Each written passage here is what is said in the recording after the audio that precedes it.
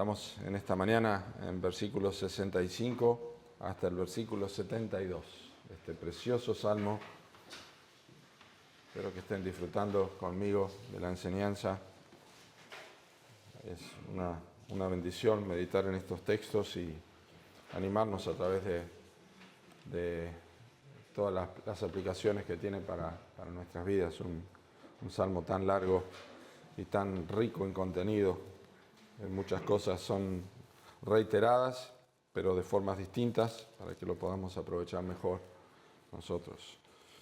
Vamos a leer versículos 65 al 72, nuestro texto de esta mañana, y nuestro sermón tiene que ver justamente con la primera frase: bien has hecho con tu siervo. Bien has hecho con tu siervo, Jehová, conforme a tu palabra. Enséñame buen sentido y sabiduría, porque tus testimonios he creído. Antes que fuera yo humillado, descarriado andaba, mas ahora guardo tu palabra. Bueno eres tú y bienhechor, enséñame tus estatutos. Contra mí forjaron mentira los soberbios, mas yo guardaré de todo corazón tus mandamientos. Se engrosó el corazón de ellos como sebo, mas yo en tu ley me he regocijado. Bueno me es haber sido humillado para que aprenda tus estatutos. Mejor me es la ley de tu boca que millares de oro y plata. Oremos. Padre, te damos gracias por la oportunidad de estar juntos, por tu palabra. Pedimos, Señor, que nuestros corazones sean dirigidos hacia tu voluntad para nosotros. Entendemos que tú alimentas a tu iglesia el primer día de la semana a través de la enseñanza. Y pido que bendigas a tu siervo, Señor, que abres nuestros ojos en la oración del salmista a las maravillas de tu ley. Oramos en el nombre del Señor Jesucristo. Amén.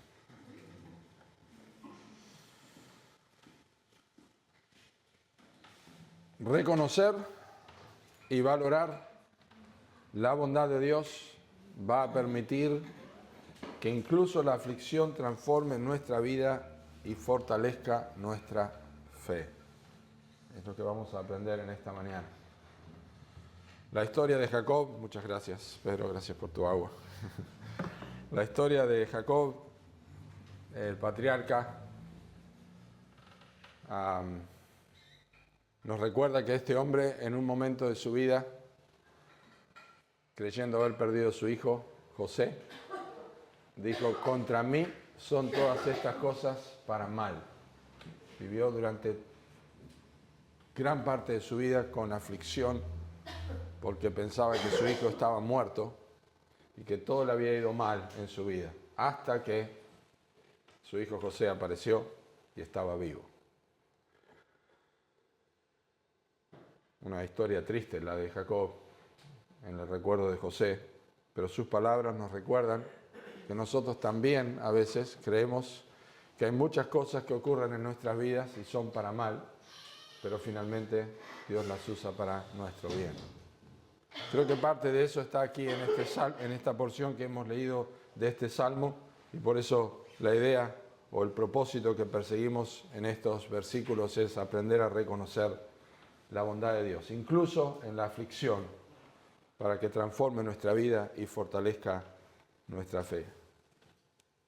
En esta sección parece que el salmista está recordando su experiencia en la escuela de la aflicción. Ya hemos visto acerca de esto en los versículos 25, en la porción, en la octava del versículo 25 hasta el versículo 32, pero en esa ocasión tenía que ver más con un estado de aflicción y de ansiedad. Aquí estamos hablando de una circunstancia diferente porque, como bien lo dice el versículo 67, la aflicción del salmista tenía que ver con un proceso de descarrío en su vida, de desviarse de la palabra de Dios. 2 veces en esta porción pide ser enseñado. Si es David, él pide ser enseñado y reconoce que tuvo que aprender a través de una experiencia, porque una vez más él pide y reconoce la necesidad de ser enseñado a través de una experiencia penosa que le humilló grandemente. Y parece que habla primero de forma general en los versículos que leímos y luego de manera específica, es decir, de forma puntual, porque vuelve a mencionar cómo y por qué el trato de Dios fue absolutamente beneficioso para su vida. Primero de forma general y después en forma puntual. ¿Por qué Dios, al tratarle como le trató en su vida, le benefició en su vida espiritual? Da la impresión que los versículos 65, si me siguen con la vista, los versículos 65 y al 67 son como una introducción de lo que va a decir. Los versículos luego toman un desarrollo en versículos 68 hasta el 72. Otra vez, los versículos 65 y 68 son similares, pero reflejan dos aspectos diferentes de la bondad de Dios que vamos a considerar. El versículo 67, por ejemplo, es una declaración de la condición pasada del salmista, y el versículo 71 es una confirmación de que el trato de Dios con su vida en esta condición fue un trato bueno. Quiero que lo observen de vuelta con sus vistas, una introducción, versículos 65 al 67, y un desarrollo en versículos 68 al 72. Y dos aspectos diferentes de la bondad de Dios en versículo 65. Bien has hecho con tu siervo, oh Jehová, conforme a tu dicho. Y versículo 68. Bueno eres tú y bienhechor, enséñame tus estatutos. El 67, una declaración de su condición pasada. Y el 71 es una confirmación del trato de Dios para con su vida, que fue un trato bueno. Bueno me es haber sido humillado. Eso para que tengamos un panorama general, porque vamos a considerar justamente dos cosas en esta mañana. Si lo tienen en sus WhatsApp, los he enviado creo que a toda la mayoría. Veremos dos cosas en esta porción: que Dios es bueno en sus tratos, para con nosotros, obvio, y Dios es bueno en sus propósitos, lo que persigue para con nuestras vidas. Espero que Dios bendiga su palabra. Dios es bueno en sus tratos para con nosotros. Versículo 65, porque la Escritura lo confirma. Bien has hecho con tu siervo, oh Jehová, conforme o de acuerdo a tu palabra. Otra vez, el salmista está usando la primera expresión en esta octava, la está usando como de alguna forma para señalar el asunto que va a presentar en su oración a Dios. Obviamente que llega hasta nosotros. Está parado en un lugar orando algo puntual. Está allí pensando y dice: Señor, esto que lo hiciste bien conforme a tu palabra. Está considerando que la situación de su vida Dios ha tratado de forma correcta, y eso tiene que ver con lo que la Escritura enseña. Está haciendo una mirada como si estuviera mirando a través de un espejo retrovisor. Está mirando hacia atrás y dice: esto fue bueno, lo hizo bien Dios con mi vida. Va a utilizar expresiones del pasado que lo llevan a tomar decisiones en el presente en vistas de lo que va a tener que decidir en el futuro. Otra vez, está mirando el pasado en vista de lo que tiene que hacer, la decisión que tiene que tomar en el presente, pero porque en el futuro va a tener que decidir algo. Ahora, ¿cuál es el sentido? ¿Cuál es el sentido de esta confesión que gobierna sobre la manera en que este hombre está viendo las experiencias de su humillación? ¿Cuál es el propósito en esta oración? Algo muy puntual.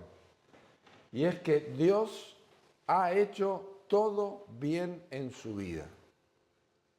No siempre estamos dispuestos a reconocer esto. No siempre estamos dispuestos a decir, con los labios podemos decirlo, pero de corazón: Dios ha hecho todo bien en mi vida. Muchas veces tenemos las expresiones de Jacob más a menudo de las que nosotros quisiéramos reconocer. Contra mí son todas estas cosas para mal. Pero Dios ha hecho todo bien en su vida, y esto es sin excepción alguna. Tanto en la providencia como en la gracia, tanto a través de situaciones agradables en su vida como situaciones de adversidad. Él puede trazar una línea y dice, Dios lo ha hecho absolutamente todo bien. No está cuestionando a Dios. Digamos en las palabras de Isaías, es un vaso de barro que ya no discute más con su hacedor. No le discute a su hacedor. Ha llegado al punto donde no discute con Dios porque ha entendido que el proceso Dios moldeando su vida ha hecho bien a su alma y a su vida. No murmura contra su hacedor. Que es muchas veces lo que a nosotros, acuérdense que la palabra murmuración significa hablar en voz baja y hacia adentro, no necesariamente lo escuchan otros. Nosotros murmuramos muchas veces, no lo expresamos a otros, pero murmuramos muchas veces contra nuestro hacedor. ¿Por qué está permitiendo cosas en nuestras vidas? A veces nuestras reacciones muestran que no estamos aceptando el trato de Dios con nuestras vidas. Y esta no es simplemente una convicción teológica del salmista sobre un atributo de Dios. Es una confesión. Porque es fácil decir que nosotros creemos en la bondad de Dios. Lo leemos en libros de teología y lo vemos en textos y sabemos que cualquier teología sistemática que toque o que profundice sobre el tema de la teología propia, que es la persona de Dios, va a tocar sus atributos y vamos a aprender sobre la bondad de Dios. Y vamos a ver un montón de textos. Y es fácil decir, sí, nosotros creemos en la bondad de Dios. Pero otra cosa es trasladarlo a la práctica.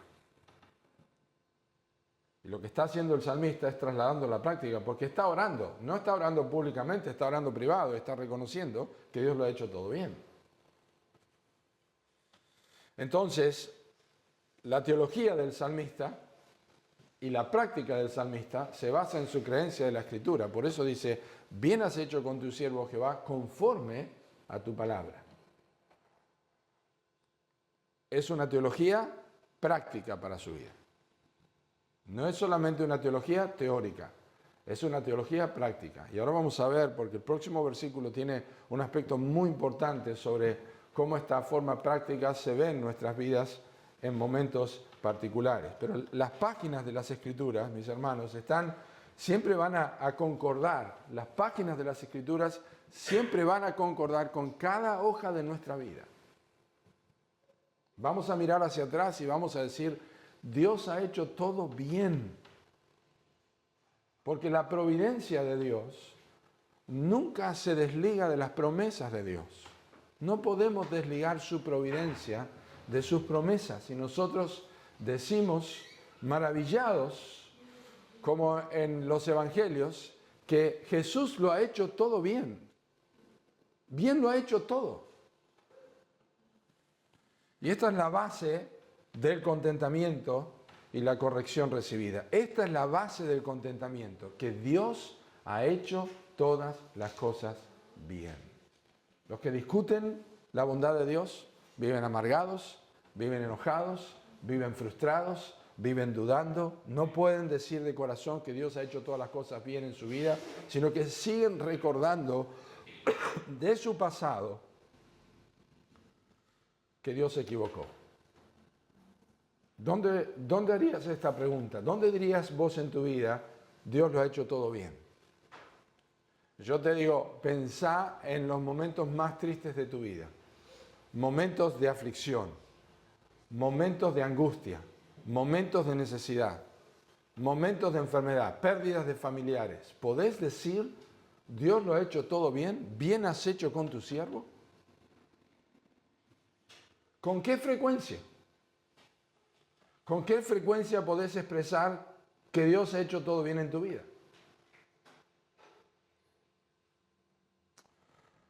No solo tenemos que verlo desde el punto de vista de quién es Dios, sino también tenemos que verlo desde el punto de vista del salmista. Bien has hecho con tu siervo. ¿Qué pensamos que Dios piensa de nosotros? Nos ha comprado por precio. Ha pagado por nuestras vidas con la sangre de su Hijo. Somos su propiedad. Somos su especial tesoro. Somos llevados en sus brazos. En palabras del profeta Isaías, en las palmas de mis manos te tengo esculpida. Dios ama a su pueblo. Nos llama sus hermanos. ¿Cómo pensamos que Dios no puede hacernos bien? La Escritura está llena de textos que confirman que Dios ha hecho bien todo con nosotros. Por eso, una de las expresiones más profundas de las Escrituras y más simples está en los Salmos. Alabad a Jehová, porque Él es bueno.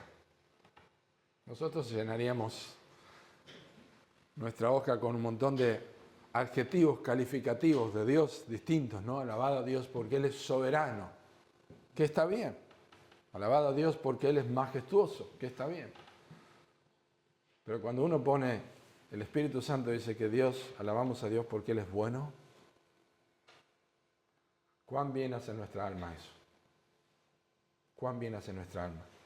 Salmo 25, 10 dice, todas las sendas de Jehová son misericordia y verdad para los que guardan sus estatutos. Todas las sendas de Jehová. Todos los caminos de Dios son misericordia y verdad para los que guardan su palabra. ¿Lo ves? Si estás desconectado de la Escritura, es como que estuvieras con tus oídos cerrados, sus orejas tapadas y tus oídos cerrados a lo que Dios dice y Dios declara, de que Dios es bueno, que la Escritura lo confirma. Claro, no tenemos contacto con la Escritura suficiente y ahora vean lo que pasa en el próximo versículo, porque Dios es bueno en su trato, porque renueva nuestro entendimiento. Versículo 66, enséñame buen sentido y sabiduría, porque tus mandamientos he creído. Versículo 66, esta oración del versículo 66 es la oración inicial de alguien que ha reconocido y confesado la bondad de Dios cuando ha sufrido las consecuencias de haberse descarriado por no guardar la palabra de Dios. Eso se desprende del versículo 67. Antes que fuera yo humillado, descarriado andaba, mas ahora guardo tu palabra. Esta oración de versículo 66 se desprende de eso. Es decir, si el salmista pudiera poner al revés, dice yo, antes que fuera humillado, descarriado andaba, mas ahora guardo tu palabra, así que enséñame buen sentido de sabiduría porque tus mandamientos he creído. Pero lo ha puesto al revés, porque está haciendo una mirada retrospectiva. Está reconociendo que Dios es bueno, la palabra lo confirma, está reconociendo que Dios es bueno porque ha renovado su entendimiento. Yo creo que una expresión detallada del versículo 66 la encontramos en Proverbios, capítulo 2. Hermanos, Proverbios 2, yo creo que es los primeros 9 versículos de Proverbios capítulo 2, se van a levantar contra nosotros como testigos de todas las indolencias, descuidos y toda la manera tan mediocre en nuestra vida espiritual que hemos pasado por años en muchas áreas de nuestra vida. Proverbios capítulo 2 versículos 1 a 9 se van a levantar como testigos contra nosotros. Hijo mío, si recibieres mis palabras y mis mandamientos guardares dentro de ti, haciendo estar atento tu oído a la sabiduría, si inclinares tu corazón a la prudencia, si clamares a la inteligencia y a la prudencia dieres tu voz, si como a la plata la buscares y la escudriñares como a tesoros, entonces entenderás el temor de Jehová y hallarás el conocimiento de Dios. Porque Jehová da la sabiduría y de su boca viene el conocimiento y la inteligencia. Él provee de sana sabiduría a los rectos. Es escudo a los que caminan rectamente. Es el que guarda las veredas del juicio y preserva el camino de sus santos. Entonces entenderás justicia, juicio y equidad y todo buen camino. Es categórica esa porción de las Escrituras para definir nuestro entendimiento como cristianos a lo largo de nuestra vida. En palabras del Nuevo Testamento, yo diría que el apóstol Pablo lo hizo su oración para los filipenses cuando les dijo: y esto pido en oración, que vuestro amor abunde aún más y más en ciencia y en todo conocimiento, para que aprobéis lo mejor, a fin de que seáis sinceros e irreprensibles para el día de Cristo. Filipenses 1, versículos 9 y 10. Es decir, volviendo al Salmo 119, 66, una comprensión, esto lo dijo Charles Spurgeon, una comprensión de nuestros errores y un sentido de nuestra ignorancia debería hacernos enseñables. Es básico. El entendimiento se aclara a partir de que la palabra de Dios se cree. Si nosotros escuchamos, ayer estaba conversando con alguien, ayudándole en una situación espiritual en su vida, compartiéndome su aflicción y su situación de salud y los consejos que había recibido. Y yo le cité el Salmo 119, 66.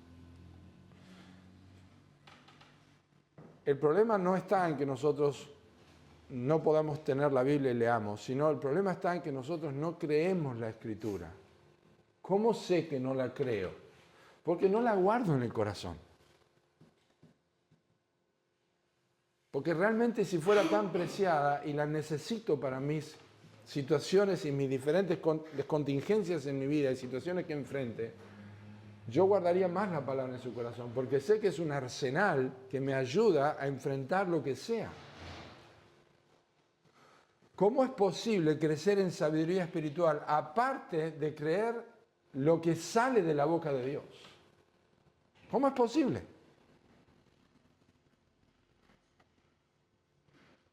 Miren, esta semana pensé en este ejemplo. Miren, la liviandad en la vida cristiana, tiene en parte su origen en la limitada apertura muy estrecha del compás de entendimiento en la palabra de Dios. Ahora quiero que imaginen que esta página que yo tengo aquí abierta, mi Biblia, contiene todo lo que es en la Biblia, y este es el compás de mi entendimiento. Y cuando yo apoyo el compás sobre mi Biblia, sobre el entendimiento de Dios, lo giro. Cuanto más abre el compás, lo saben, geometría, ¿no es cierto?, más grande el círculo. Muchos de nosotros tenemos un compás de entendimiento muy cerrado. No lo abrimos. Por tanto, no abarcamos más entendimiento de la palabra de Dios. Y eso se va a notar. Y nuestro círculo es muy pequeño en cuanto a las victorias que tenemos en nuestra vida y evitar descarríos que son más a menudo de lo que quisiéramos reconocer. Nuestro círculo es tan pequeño que solamente tenemos victorias en cosas como no olvidarnos de leer la Biblia, o no olvidarnos de dar gracias por los alimentos, o no decir malas palabras, o no mirar cosas feas en televisión. Pero no hay un avance más hacia otras áreas en nuestra vida que tienen que afectar nuestra forma de ver el mundo con las Escrituras. Puede que la fe sea débil, puede que una persona sea inmadura y por lo tanto su compás no está tan abierto todavía, lo sabemos, porque eso es bíblico, uno va creciendo en su vida espiritual. En algunos casos puede ser por una cuestión de debilidad o inmadurez. Pero en otros, lamentablemente, es la ignorancia voluntaria.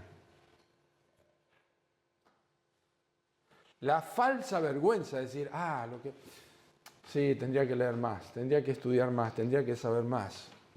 La falta de vergüenza que no quiere reconocer que no indaga en las Escrituras, no quiere reconocer que solamente lee un devocionalcito de la Biblia y se olvida de la palabra de Dios hasta el otro día cuando le toca leer y tomar café. Porque tiene la cabeza dura y no desea tampoco abandonar opiniones tan arraigadas en su vida que sabe que si se compromete con el estudio de las Escrituras, su entendimiento se va a abrir y va a tener que abandonar cosas en su vida, va a tener que cambiar hábitos o formas de pensar.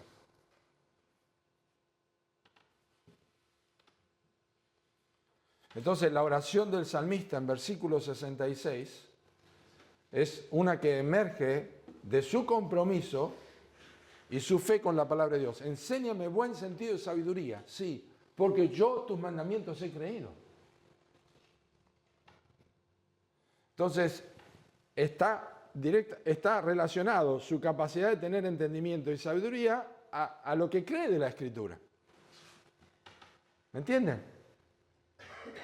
Entonces, si yo manejo los Salmos y manejo algunos libros del Nuevo Testamento, pero no manejo toda la Escritura, me voy a perder la capacidad de ser enseñado por Dios, más ampliamente de lo que debo.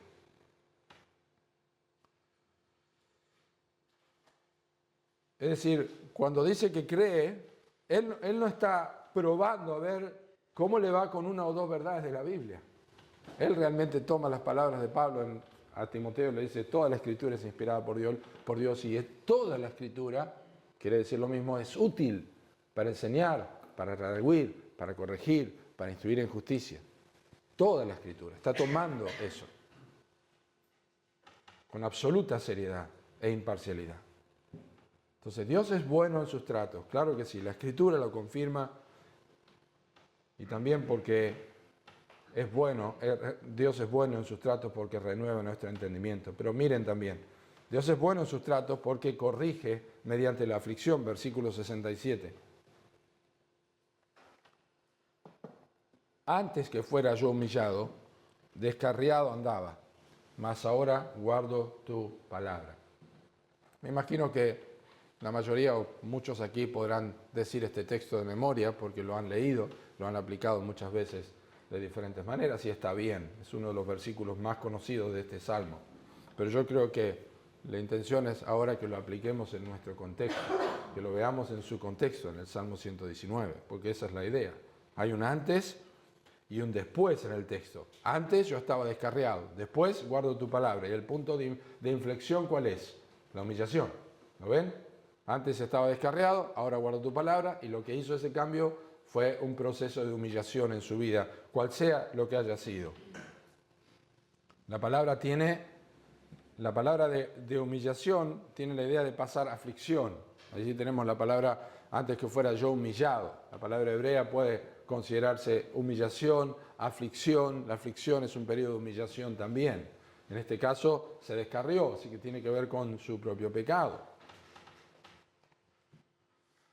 ¿Saben? Deuteronomio 32:15 dice, hablando de un nombre para Israel que es Jesurún, dice que Jesurún o Israel engordó y cuando engordó tiró patadas, tiró coces, dice la versión de Reina Valera. Cuando engordó Jesurún, tiró coces. Es decir, la aflicción comenzó cuando, sin escuchar la voz de Dios, se hizo tan fuerte y tan poderoso que no me molestes. No me molestes. Ayer leía la historia de Manasés en 2 de Crónicas 33, versículos 9 al 13. La oración de Manasés, que es una oración que no está en la Biblia, es una oración apócrifa, por lo menos de tradición, yo la busqué ayer, es preciosa la oración. Según la tradición, si quieren algunos se la puedo mandar. Pero fue después de que fue humillado grandemente. Yo pienso muchas veces en Manasés, en su gran aflicción y cómo él se recupera en su reinado, fue uno de los reyes, sino el rey que más tiempo reinó, 55 años. ¿Sabe lo que es?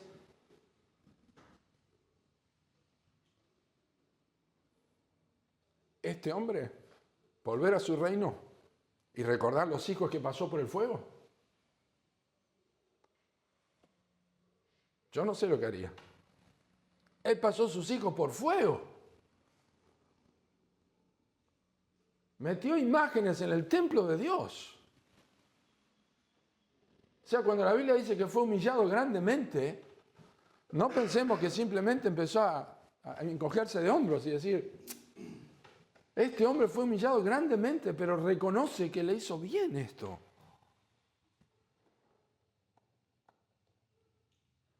Dios habló al pueblo de Israel en su prosperidad, dice Jeremías 22, 21, pero Israel no escuchó. La prosperidad tiene la tendencia a hacernos absolutamente independientes. Y esto parece que pasó con el salmista. Y en su prosperidad fue azotado por Dios. Y miren lo que pasó con Israel cuando Dios le azotó. Dice en Jeremías capítulo 31, versículo 18. Escuchando, he oído a Efraín, que es un nombre para Israel, para el reino del norte, que se lamentaba. Me azotaste y fui castigado como novillo indómito. No quiere dar cosas, no quiere ser domado. Conviérteme y seré convertido, porque tú eres Jehová mi Dios, porque después que me aparté tuve arrepentimiento, y después que reconocí mi falta, herí mi muslo, me avergoncé y me confundí, porque llevé la afrenta de mi juventud. En otro pasaje dice que Dios llevó a Israel al desierto para hablarle a su propio corazón. Y el autor de Hebreos recuerda que la disciplina da fruto apacible de justicia a los que en ella han sido ejercitados. Y otra vez, como dijo el pastor Spurgeon, la adversidad le pone freno a la transgresión y espuelas a la santidad. La adversidad le pone freno a la transgresión y espuelas a la santificación. Es decir, lo que hace la adversidad es frenar tus pecados y tu condición lejana de Dios y hacer que galopes rápidamente hacia una vida de santidad, como leímos la semana pasada. Me apresuré y no me retardé en guardar tus mandamientos. La aflicción que puedes estar pasando en tu vida o circunstancias adversas que estás pasando en tu vida, es muy difícil a veces reconocerla y tener que decir a Dios, Señor, examíname. Y quizá esto no es solamente una prueba, es realmente un motivo de corrección que me estás dando. Algo que estás tratando de purificar. No necesariamente tiene que ser así, por supuesto. Pero cuando Dios está prosperando tu vida, no te olvides de Dios. No te olvides de Dios. ¿Por qué será que un poco de bendición en nuestras vidas provoca tanta enfermedad, no? Cuando estamos bien, cuando no hay nada, cuando, como dice Jeremías 47, quieto estuvo Moab desde su juventud, no fue traspasado de vasija en vasija, todo su sabor quedó en él. Saben que el vino tiene que ser movido, cuando no se mueve, no. Y necesitamos esas cosas. ¿Por qué engordar para mal con la bendición del Señor? La bendición de Dios debería hacernos más humildes todavía. No merezco eso. ¿El problema cuál es? El problema radica en esto, hermanos. Ahora guardo tu palabra. Dice, yo andaba descarriado, más ahora guardo tu palabra. El problema radica en que nosotros no nos deleitamos en la Escritura, pero si nos deleitáramos en la Escritura, sería mucho más suave la transición en muchos de nuestros problemas. Pues siempre vamos a ser corregidos, claro que sí. Siempre tenemos la tendencia, necesitamos ser enseñados por Dios. Pero el problema está en que no nos deleitamos en la Escritura. La usamos para nuestro beneficio, pero no nos deleitamos en ella. Es decir, tratamos de encontrar algo para nosotros en vez de dar algo de nosotros en adoración a Dios cuando vamos a su palabra. Y el punto es que este hombre, en este salmo, vio un cambio en su vida como resultado de la aflicción. Y dice que fue inmediato este cambio. Ahora guardo tu palabra. Mira, siempre el cambio en respuesta a la aflicción está relacionado con dos cosas: la oración y la palabra de Dios. Siempre. Cada vez que Dios trate en tu vida, algo va a pasar. Vas a ir con más seriedad a la Escritura y vas a dedicar más tiempo a la oración. O puntualmente a lo que sea esto necesario. Entonces, Dios es bueno en su trato con nosotros. Dios es bueno en su trato con nosotros. Porque la Escritura lo confirma, lo renueva nuestro entendimiento y también nos corrige mediante la aflicción. Eso está bien. No está mal que haga eso. Eso es un Dios bueno. Podría dejarnos a la que... Es como el padre que dice que ama a su hijo, pero nunca lo corrige. ¿Cómo lo ama? No le enseña. Bien, y ahora no solamente Dios es bueno en sus tratos, pero observen, Dios es bueno en sus propósitos. Y esta es la porción que nos ocupa hasta el final. Dios es bueno en sus propósitos, versículos 68 al 72. Dios es bueno en sus propósitos al buscar nuestro beneficio. Observen versículo 68. Bueno eres tú y bienhechor. O sea, haces bien. Bueno eres tú y bienhechor. Enséñame tus estatutos. Segunda vez que está pidiendo enseñanza el salmista. Yo no creo que se está repitiendo. Tenemos que tener cuidado. Hay repeticiones en la Biblia, pero tienen un propósito, como Salmo 136, etcétera, etcétera. Hay un propósito en eso. Pero yo no creo que se está repitiendo a sí mismo. Está continuando su rumbo a la luz de confesar quién es Dios. Y acá en este versículo refleja justamente las palabras que mencioné de Hebreos capítulo 12. Que ninguna disciplina parece ser causa de gozo, pero después da fruto apacible de justicia. Tuvimos a nuestros padres que nos disciplinaban como a ellos les parecía. Pero Dios, dice el texto, nos disciplina para lo que nos es provechoso, para que participemos de su santidad. La disciplina que los padres damos a nuestros hijos, hemos dado a nuestros hijos, no siempre fue la mejor y no siempre dio el resultado. Por diferentes razones, ya sea porque nos equivocamos o porque fuimos egoístas o lo que sea, o fue demasiado exigente. Pero cuando Dios nos disciplina, siempre es para nuestro provecho, para participar de su santidad, es decir, más semejantes a Él. Provechosas, y por eso dice el texto, bueno eres tú y bienhechor, y por eso estamos en este punto del sermón que tiene que ver que Dios es bueno con sus propósitos, con sus tratos con sus propósitos para con nosotros. La pregunta para hacerte es si en tu imaginación, como hijo o hija de Dios, tenés una idea de Dios, una imagen de Dios con el ceño siempre fruncido hacia tu vida. Dios siempre te está mirando con el dedo apuntando. Porque no tiene relación con este texto. Bueno eres tú y bienhechor. Si el Dios que te imaginás, el Dios, el Padre a quien orás, Padre nuestro, Padre Santo, Padre mío, el Dios que vos observás es un Dios que en tu imaginación, pues no tenemos que hacer imagen de Dios, por supuesto, pero tu idea es que Dios está con el ceño fruncido.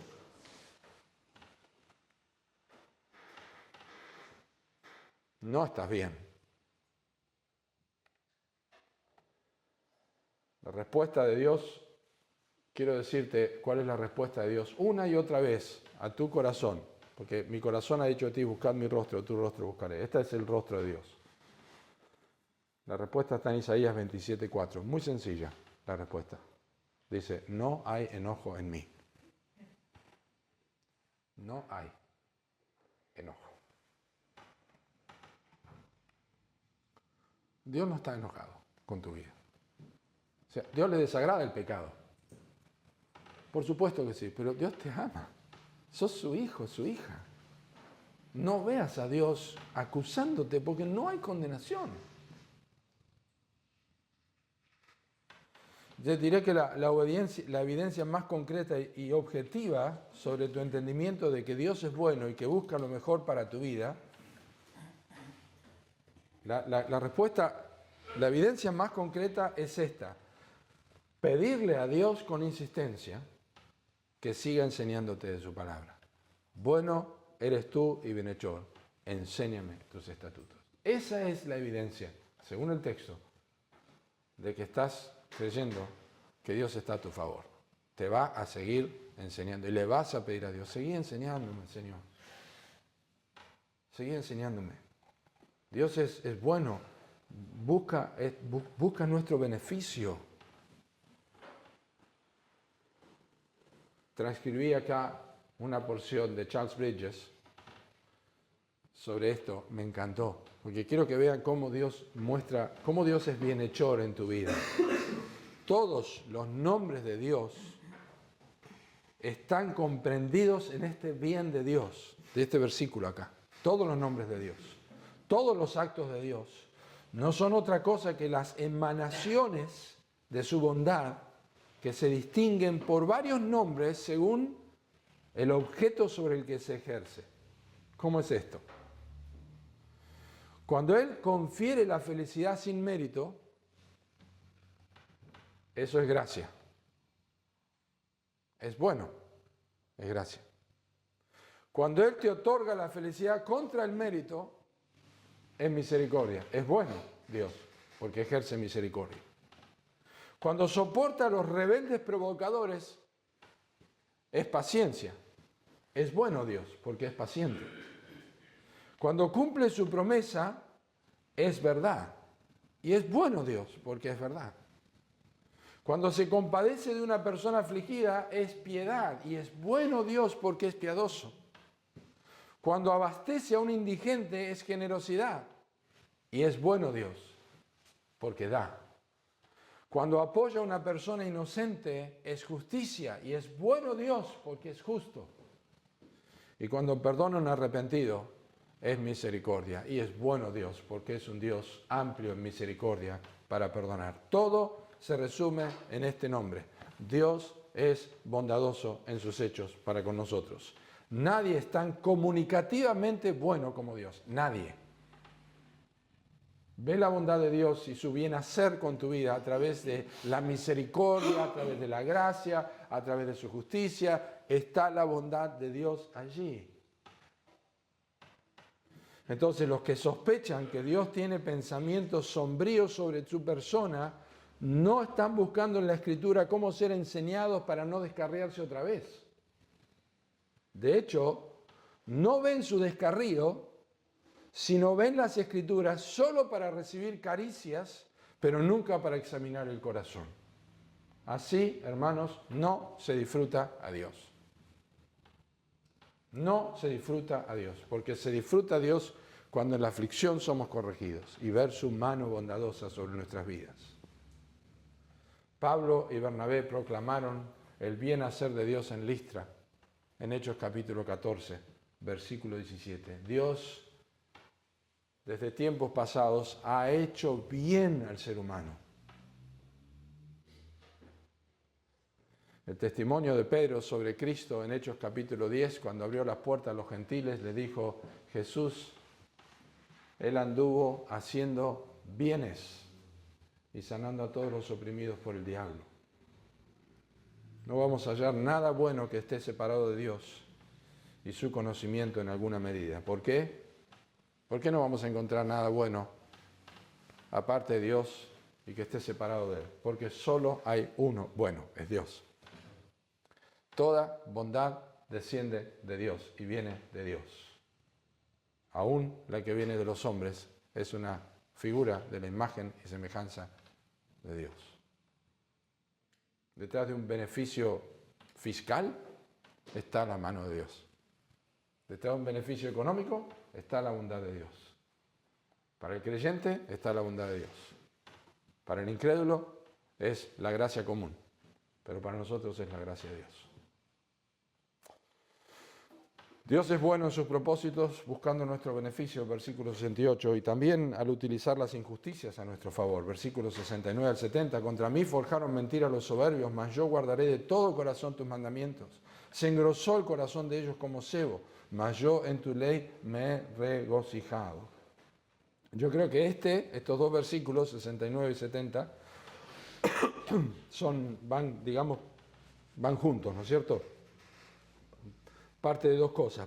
Por un lado, en primer lugar, por un lado, fueron herramientas, los inconversos, los soberbios, fueron herramientas en las manos de Dios para corregirlo. Y por otro lado, en segundo lugar, demuestran que ahora guarda su palabra.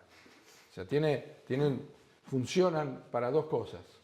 Dios usa a los soberbios para ayudarle, enseñar a su vida, y también ahora está ayudándole a él para guardar su palabra, que es lo que dijo en el versículo 67, más ahora guardo tu palabra. Parece que hay una conexión entre el descarrío, y vamos a ver al final, hay una conexión entre el descarrío que tuvo este hombre y lo que pasó durante ese tiempo y que fue producto de aflicción. Pudo haber sido la opresión que tuvo a través de estas personas. Pero escuchen, pocas cosas humillan tanto como cuando se nos difama. ¿Verdad? Pocas cosas nos humillan tanto y nos molestan tanto cuando hablan de nuestra persona. O cuando hablan mentiras de nosotros. Es en estos momentos que el salmista usó la frase de todo corazón. Contra mí forjaron las mentiras los soberbios, mas yo guardaré de todo corazón tus mandamientos. Porque ese es el momento donde se prueba realmente lo que hay en el corazón. Podés guardar, es fácil decir que yo guardo la palabra de Dios de todo corazón cuando las cosas van bien. Pero cuando están mintiendo, dan ganas de mandar a freír churro a todo el mundo. Y empezar a saltar. Y de no amar a los enemigos, sino poner la otra mejilla, ¿verdad? Es así. Pero él dijo de todo corazón. Así, en este momento se prueba. Una humillación por causa del descarrío,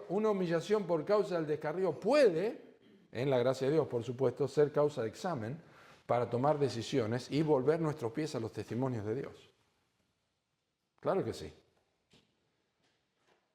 Pero cuando la presión proviene de circunstancias injustas, es difícil ser felices por ser perseguidos. Es difícil. Es difícil sentirse bienaventurado porque somos perseguidos. Pero eso es lo que la Biblia enseña y lo que Jesús dijo. Bienaventurados sois por cuando por mi causa os persiguen y digan toda clase de mal contra vosotros, mintiendo. Sin embargo, hay evidencias acá de la escuela de Dios y del corazón que ha sido corregido. Hay evidencias.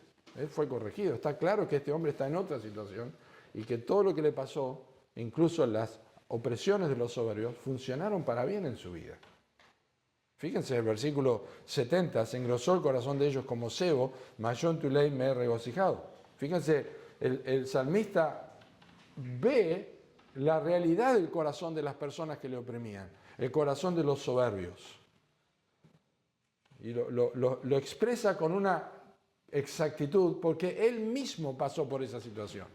Su corazón mismo estuvo engrosado. ¿Qué significa esto? Bueno, la expresión, el corazón engrosado, la expresión viene de grasa, ¿no? Y tiene que ver, está usado más en el libro de Levítico, por razones obvias. Pero también está usado en la Biblia para referirse a la dureza del corazón, es decir, a la incapacidad de recibir algo de parte de Dios. Por ejemplo, en Salmo 17 y el versículo 10, Salmo 17, versículo 10 lo dice así: envueltos están con su grosura, hablando de los impíos, ¿no? Envueltos están con su grosura, con su boca hablan arrogantemente. Hay una relación entre la dureza del corazón y la soberbia. Isaías capítulo 6, versículo 10, dice que Dios manda a Isaías a hablar para que oigan con sus oídos pero no oigan, con sus ojos no vean, y su corazón sea engrosado y no crean. Es el mismo pasaje que utiliza Pablo al exhortar al final del libro de Hechos a los judíos que vinieron a visitarlo a la casa donde él estaba preso. Él dice, ustedes se han engrosado en sus corazones, se han hecho duros, un corazón duro. Y la similitud de esta porción, si ustedes lo quieren comparar después, pero la similitud que hay entre esta porción, versículos 69 y 70, con el Salmo 73, y aún hasta el final, con el Salmo 73, desde el 69 hasta el versículo 72, cuando uno va al Salmo 73, que es el Salmo de Asaf, que dice que casi se desviaron sus pies porque puso sus ojos en los soberbios, y dijo que en vano he limpiado mis manos en inocencia, básicamente decir, ¿para qué sigo sirviendo a Dios? No vale la pena hacer esto, voy a hacer lo que se me canta la gana. Es un hombre en el Salmo 73 que volvió sus pies a los testimonios de Dios. Versículo 17, entrando en el santuario de Dios, comprendí el fin de ellos. Los has puesto en deslizaderos, realmente están cayendo. Y dijo, yo era un torpe, no entendía, era como una bestia. No entendía nada de lo que estaba pasando. Y luego termina diciendo que no hay nada más precioso en la tierra y más importante que no sea Dios. Nada desea en la tierra. Esto incluye las riquezas que los soberbios tenían. Y las ganancias que los soberbios tenían, ya no las deseaba. Cuando ocurrió esto, en el Salmo 73, es algo similar a lo que pasa aquí en versículo 70 hasta el versículo 72. Él observó cómo era realmente el corazón de estas personas. Están engrosados realmente, ¿no? Están engrosados, pero yo me deleito yo me regocijo en tu palabra, que es lo que le pasó al salmista en el Salmo 73 y lo que le pasa a él en versículo 72. Mejor me es la ley de tu boca que millares de oro y plata.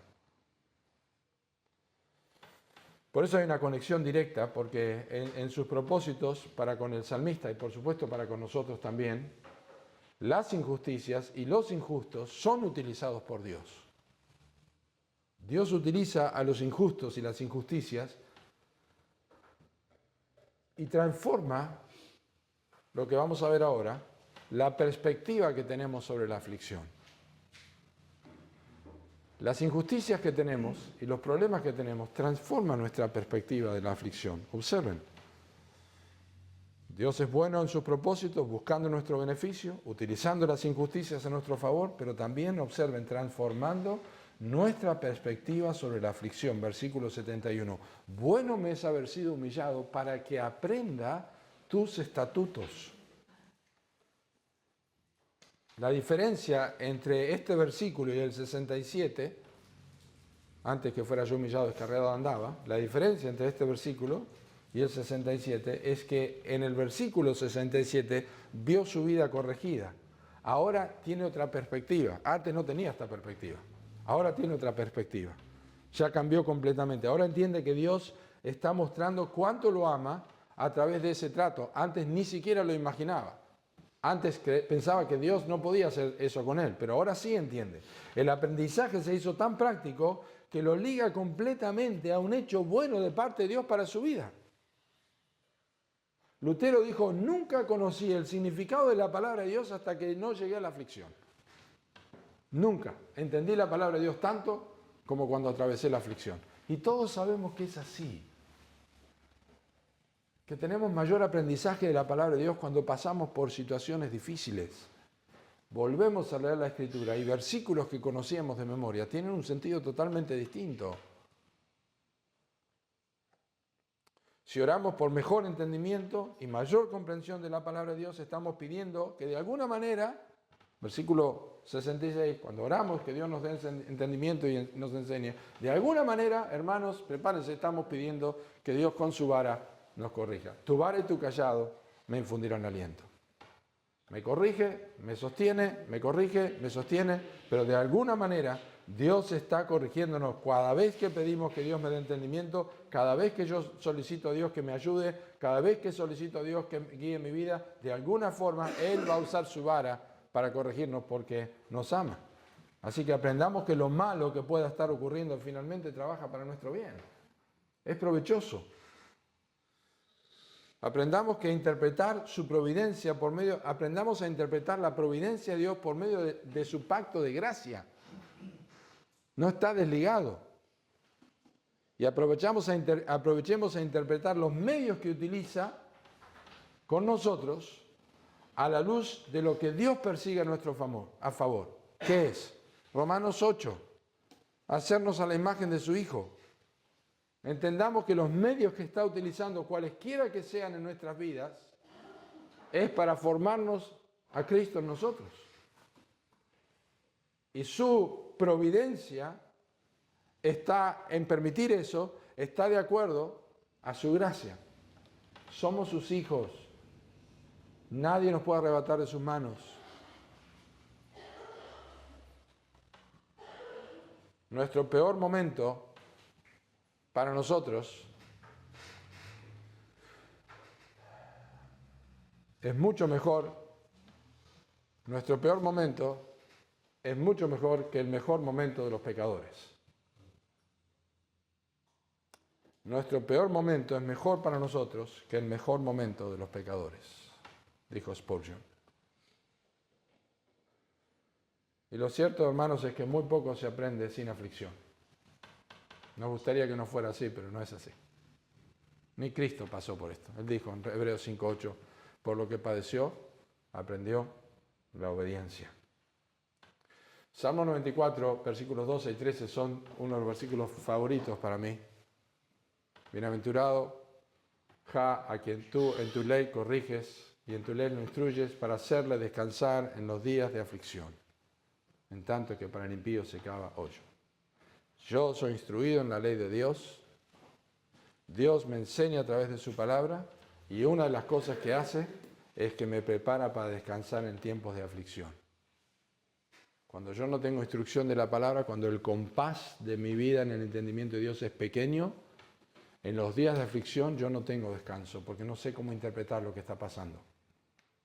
Pero cuando yo tengo la palabra en mi corazón, cuando yo la guardo en mi corazón y la considero, como vamos a ver el último versículo en mi vida, la considero de esta forma,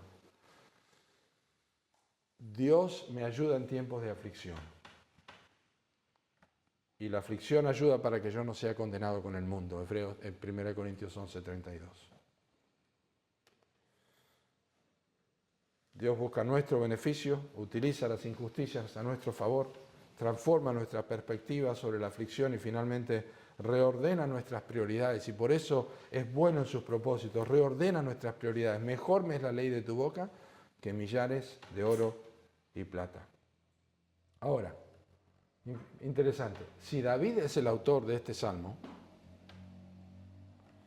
esta declaración tiene mucho más peso del que estamos dispuestos a reconocerle, por dos razones. Porque él tenía más dinero que Biblia.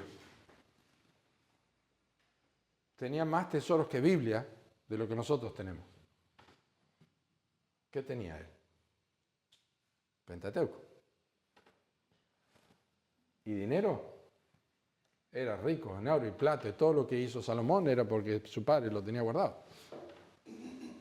Tiene mucho más peso el texto, porque él dice, mejor me es la ley de tu boca que millares de oro y plata. Es mejor esto que tengo que toda esta cantidad que tengo. Con tan poca revelación a su favor y tanta cantidad de riquezas, es notable esto. Por eso el apóstol Pablo no duda en llamar al Evangelio las inescrutables riquezas de Cristo. Nosotros tenemos riquezas inescrutables. Quizá en este último texto, versículo 72, el salmista está haciendo alusión, yo pienso, no puedo afirmarlo, pero yo pienso que quizá el salmista está haciendo alusión a lo que lo llevó a su descarrío, que fue lo que es raíz de todos los males, hermanos, que es el amor al dinero o lo material. Por eso Asaf tiene envidia de las riquezas de los impíos en Salmo 73. Es la raíz de todos los males. Y ahora cuando tiene una nueva perspectiva de la vida, yo quiero que noten lo que dice, porque esto es quirúrgico lo que voy a decir. No sé cómo expresarlo de otra forma. Esto es quirúrgico. Porque creemos que toda la Biblia es inspirada por Dios, plenariamente, completamente, palabra por palabra. Cuando tiene que expresar que la palabra de Dios es más importante para él que las riquezas, él la llama de una forma muy particular. ¿Notaron? La ley de tu boca. La ley de tu boca. Más literal, imposible.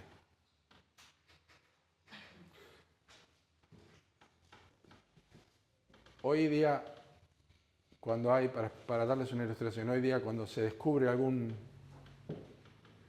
desastre que ha pasado, político, económico, por ahí salen los audios, la justicia tiene los audios de algo. Entonces, con los audios tienen acceso y dicen, es importante porque acá está en audio, está la voz. O cuando uno puede escuchar la voz de alguien Este es mi hijo que está lejos, o mi hija, o quien sea, escucha la voz y tiene el audio allí y representa toda su persona.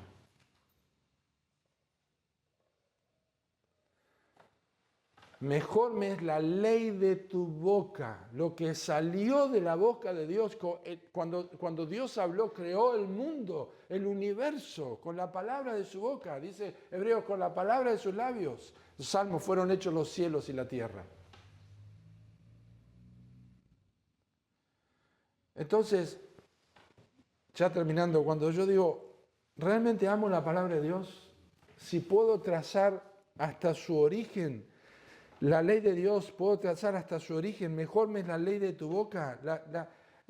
La Escritura revela el origen. Estoy leyendo las Escrituras y como dijo el pastor Piper, si no me equivoco, ¿querés escuchar a Dios hablando en voz audible? Lee la Biblia en voz alta. Cuando yo leo la palabra de Dios, estoy escuchando a Dios. Es de su boca. ¡Ay, hermanos! Qué poco amamos las Escrituras. Qué poco creemos que Dios está hablando a través de su palabra. Qué poco creemos que realmente lo inspirado que tenemos en tinta sobre un papel proviene de la boca de Dios. Pero el salmista dice, es la única forma que lo puedo valorar más que todo lo que pueda tener este mundo. Si esto proviene de Dios. Muchos de nosotros habríamos pensado en alguna oportunidad, qué bueno hubiera sido escuchar a Dios hablar como lo escuchó Moisés, ¿no? Como escuchó a voz audible de Dios, ¿no? O Samuel. Samuel. Y escuchar ahí, levantarse. Tremendo hubiera sido. Este fue el texto cuando yo tenía, no sé, 6, 7 años. Me lo leía a mi papá y yo le dije, papá, Dios habla.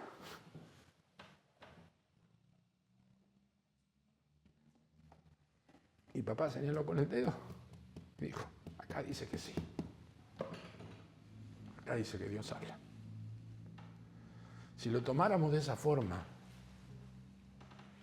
cuán fácil nosotros pasaríamos por la aflicción y cuánto nosotros dejaríamos de lado tantas tonterías que hacemos en el día y cosas que valoramos en este mundo que no sirven en absoluto y nos hacen perder el tiempo.